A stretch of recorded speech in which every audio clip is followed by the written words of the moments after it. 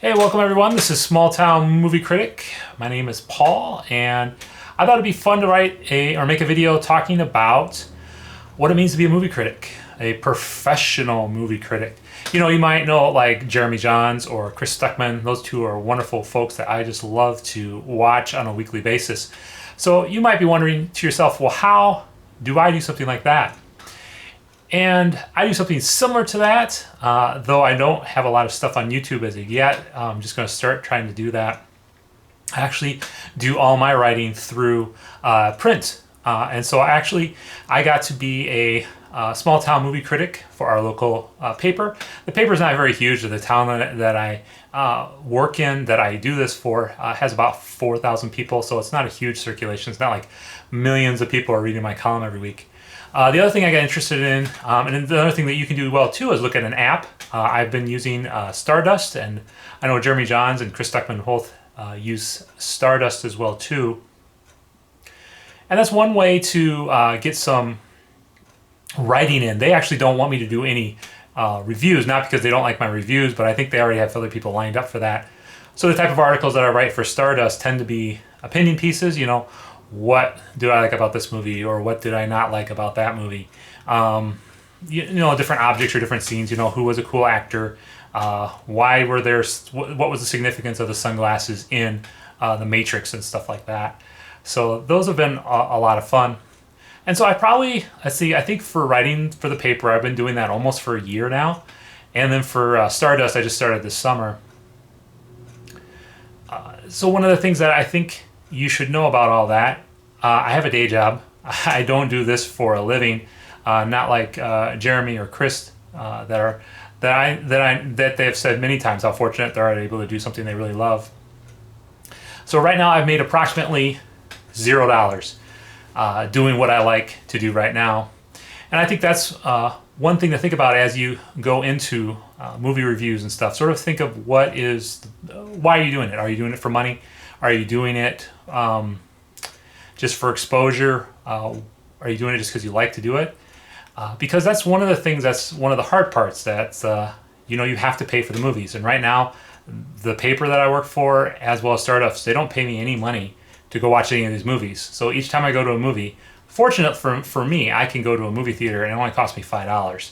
So I've watched, I think, 50 movies so far doing this. And so that's cost me $250 just for the movie tickets. That doesn't include if I go buy water or popcorn. Sometimes I do that. I don't do that all the time. That's the other thing too, is it's a lot of empty calories. And so it's a great way to gain weight. So that's one thing to think about as a movie review person as well too, is you're going to be sitting for a long time. So what I try to do to balance that out is I've been doing a lot more walking. I try to walk about 2 to 4 miles a day, especially on those days where I go to a movie.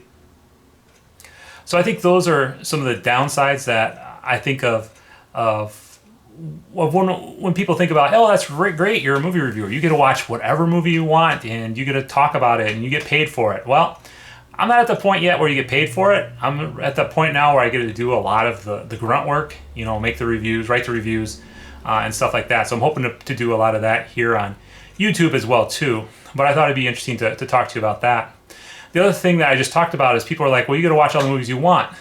Well, yes and no. Again, you got to pay for it. And again, you have to have some other type of income. And I do have some other disposable income that I can make doing part of the work that I do. And I'm fortunate enough to be able to do that from time to time. So, but it is a good chunk of change. Like I said, at least $250 if you go to 50 movies a week, or 50 movies a week, 50 movies a year. For, you know, once a week, and take 2 weeks off. You know, I do go on vacation, so I don't go to movies that week. But during that time, you also get to used to watching all these movies that you are not going to like. I can't tell you the number of times I go to the movie theater going, ew, I got to go watch that. You know, and then also watching these many movies too, you get really used to, if there's not good characters, there's not a good storyline, you get really bored, or you begin to pick the movie apart because it has these elements that are very tired, very worn. And I think watching this number of movies really helps you understand what makes a good picture and what doesn't make a good picture.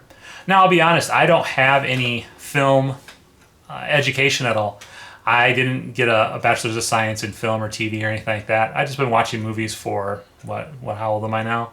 So at least 40 some odd years. So I've been seeing a lot of them, and it's just been recently that I've been interested in that. I've also been interested in writing screenplays. I haven't done any of those yet, but I've read a lot of books about how a good screenplay goes. And so it's interesting as you watch film and see what people are and are not, how they're not crafting their movies. It really tells you a lot about whether it's a good movie or not. You know, are they doing these things? Are the characters growing over those set of movie? Is the plot just a bunch of plot points that you've seen done time and again in a particular genre? Like the horror action movies, you know, there's certain beats to how these movies go. And does the movie try a fresh approach? Is the actors, even though you know what's going to come in next, are the actors such that they make their performance very dynamic and very powerful? So those are the type of things that I look for as I watch movies.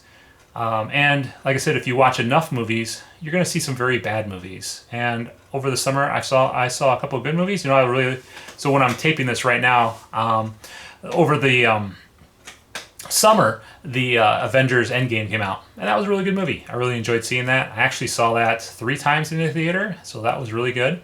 I also saw 47 Meters Down Uncaged, one of the worst pieces of garbage I've ever seen, and it was really horrible. And if you compare that to Avengers, there's really not a lot of comparisons. It was not my lowest film score, I think, for the whole year. It was one of the lowest, but not the lowest one. But you can just see the difference in film quality. You can see the difference in the actors, the difference in the plot points, all those different things. And so that makes a difference. So when you think about being a movie reviewer, you're going to also have to stomach a lot of bad movies and a lot of mediocre movies. And if you're okay with that, this is a great career to go to. And again, if you're thinking about getting started in doing movie reviewing, one of the things you can do is start on YouTube. If you want to start in print, I would go down to your local newspaper and ask them if they would be willing to have you submit a column. Generally, you have to write about 600 to 700 words. That's about the length of my column.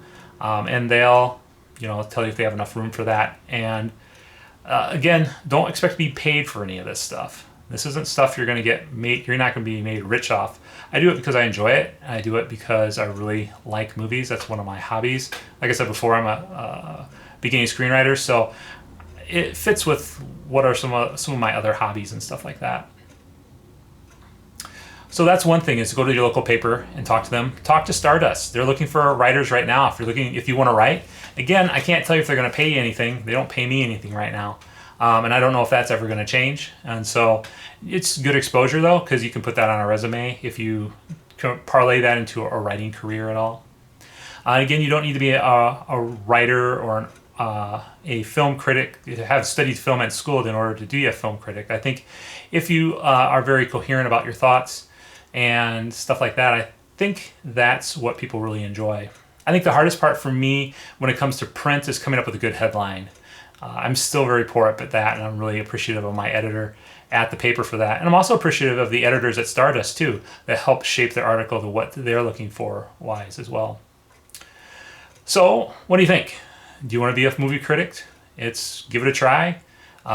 See what it looks like. And like I said, let me know how it goes. And like I said, I'll keep you I'll keep you up to tabs on how things are going with me and how things are working out. So again, this is Small Town Movie Critic.